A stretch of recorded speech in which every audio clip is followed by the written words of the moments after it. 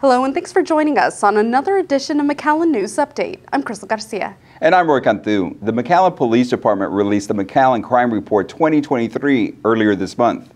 The City of McAllen participates in the U.S. Department of Justice FBI Uniform Crime Reporting System, a nationwide statistical data reporting effort. McAllen Police Chief Victor Rodriguez reported to the state of Texas that McAllen has seen decreases in volume and rates across all crime statistics. He states the McAllen crime volume against persons decreased by 2.2%. Crimes against property decreased by 2.4%. Also in crime statistics for 2023, crime rates against people decreased by 3.4%. Crimes against property decreased by 3.6%, with a total decrease in crime rate by 3.4%. McAllen Police Chief Victor Rodriguez credits the McAllen residents for being good stewards of the community. We are succeeding. They are succeeding. The number one player in every community to keeping a community safe is its citizenry, its members of the community. They're the ones that protect their property. They're the ones that protect themselves. They're the ones that participate in the criminal justice process. They're the ones that we resort to do the job that we do. Chief Rodriguez says McAllen residents recognize the importance of electing good fiscal and political leaders in the community who support the men and women at the McAllen Police Department. He further went on to thank and recognize the men and women of the McAllen Police Department for their selfless law enforcement service, their hard work, and the successful outcomes of their tireless efforts to help keep McAllen safe. A financial services company has ranked McAllen in the top 10 out of 113 U.S. cities, finding McAllen one of the most affordable places for working adults. This ranking was compiled by reviewing factors such as cost of living, which was considered the highest priority. Following the cost of living was being close to family, safety, and employment opportunities. McAllen Mayor Javier Villalobos says the growing city is continuously striving to be the best, both regionally and nationally. We keep on ranking among the best, and not just statewide, but nationally. And of course, we attribute that to good government, to good administration, and at the very end, good residents. And that's not all. According to U.S. News, McAllen is ranked as the 9th best place to live in Texas. The McAllen International Airport welcomes Aeromexico to McAllen with a direct flight to Mexico City. City of McAllen leaders, members of the McAllen Chamber of Commerce, McAllen Economic Development Corporation, and other local business and civic representatives held a press conference to make the announcement about Aeromexico's direct flight to Mexico City from McAllen. Starting in February, Aeromexico will conveniently connect McAllen to Mexico City, a top business destination with cultural offering, world-class gastronomy, and endless leisure opportunities. The new partnership will allow McAllen to continue to establish key economic connections with Mexico and beyond. Aeromexico has opened ticket sales for daily nonstop service from McAllen International Airport to Mexico City via Felipe Ángeles International Airport. The deadline to apply for the Small Business Administration federal disaster loan is quickly approaching.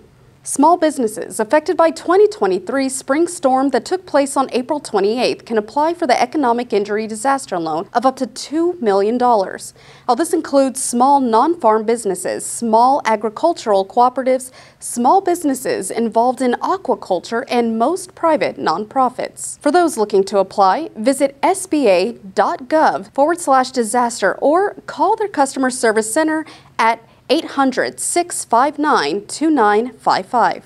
As the Rio Grande Valley experienced severe weather in January, the City of McAllen and the McAllen Public Utility were busy keeping the city operating.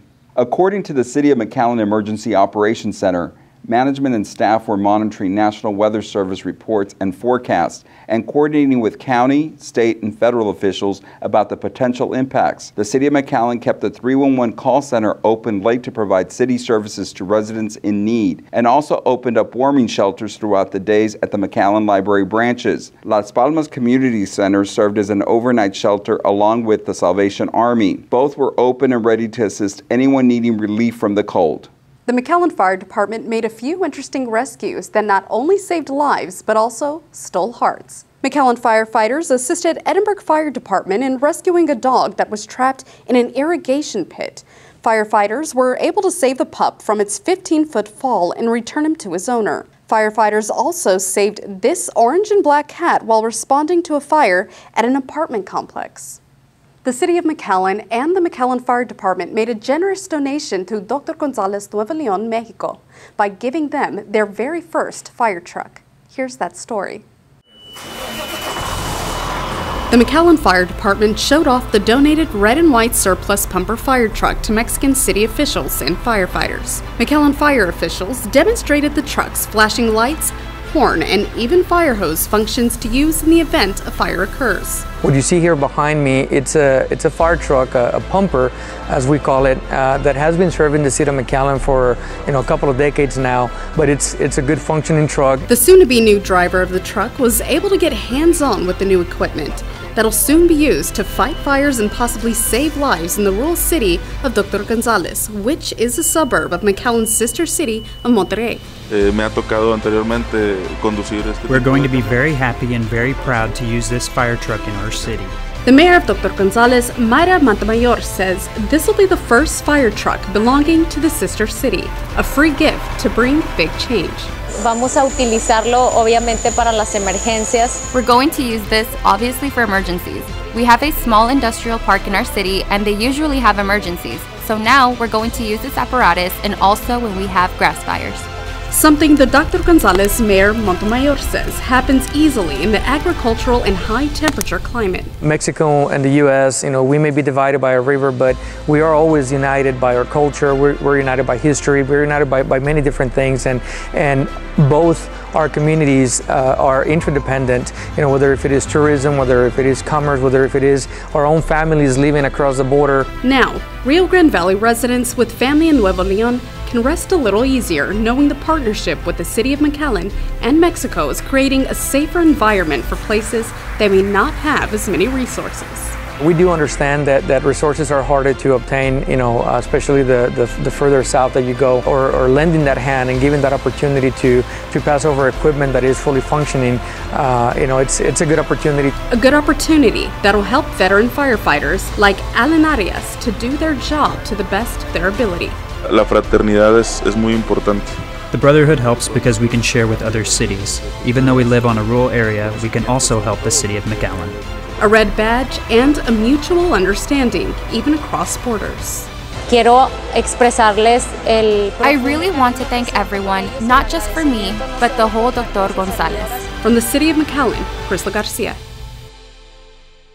The McAllen City Manager is elected Texas City Managers Association Regional President. The Texas City Managers Association has elected Roel Roy Rodriguez as the TCMA Region 10 President for a 2-year term. As President, he will oversee Region 10 by chairing meetings, tasking committees with assignments, gathering reports, and attending TCMA meetings. It's a humbling experience. I think they really wanted me to do it because of my experience here in the Valley. And so hopefully I can touch some lives and some future city managers here in the Rio Grande Valley. Rodriguez will serve a 2-year term. Region 10 consists of the following South Texas counties: Brooks, Cameron, Hidalgo, Jim Hogg, Kennedy, Starr, Willacy, and Zapata. The City of McAllen's new Parks and Recreation building was officially inaugurated with the ribbon-cutting ceremony. 1, 2, and 3! Cut! A large crowd came out to see the historic moment where McAllen city officials announced that the almost 6-year project was finally complete. They really do a lot for the city. There's over 300 employees that work very hard to make sure that the city continues to function. The old facility, as mentioned in the press conference, was getting a little tight, with future expansion and future growth of our employees. We definitely needed a bigger space to operate. The City of McAllen hosted the 11th annual McAllen Marathon Scott Crane Run with more than 1,900 participants. The event is a Boston Marathon qualifier. Here's a story. With temperatures averaging into the low 40s in mid-January, the McAllen Marathon Scott Crane Run is a runner's paradise.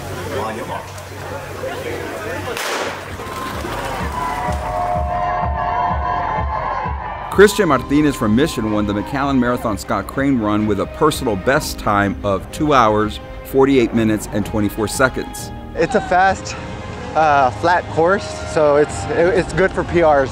I've been training with my coach, Maria Castro, for about 6 months, and our goal was to do a sub 250, and we did it. Martinez led the pack of about 200 full marathoners who started the 26.2-mile journey across the city of McAllen. I didn't think I was going to be first, but I knew I was going to get a sub 250. I just didn't know how good of a time.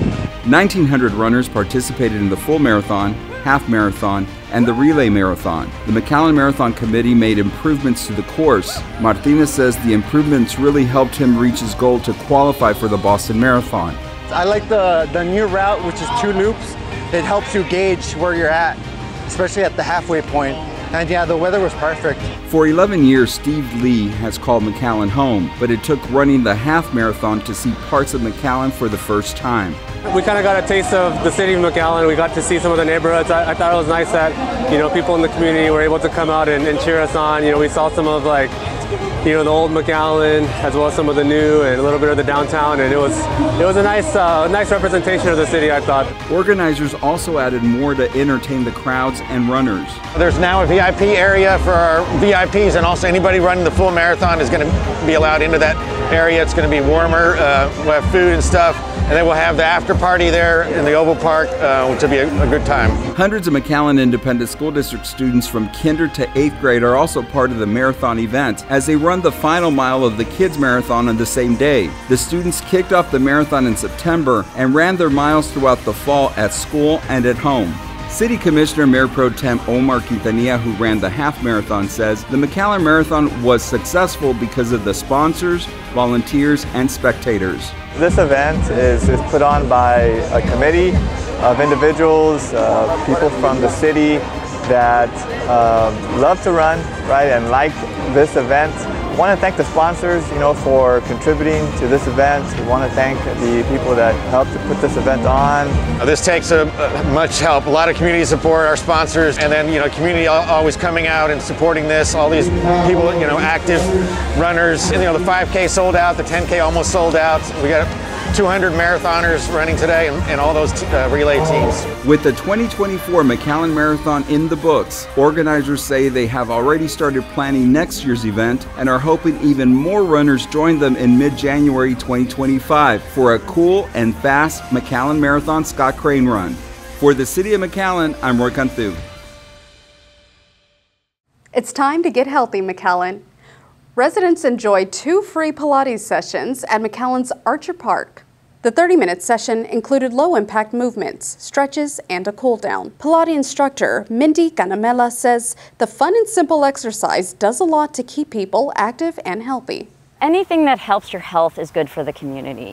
We work for a hospital system and we see a lot of the health issues that people have, and so many health issues are related to fitness. We can help contribute to, reducing medications and, just the whole valley being fitter just by moving a little bit more. To take part in the challenge, download the It's Time Texas Community Challenge app and post all healthy activities and eating habits.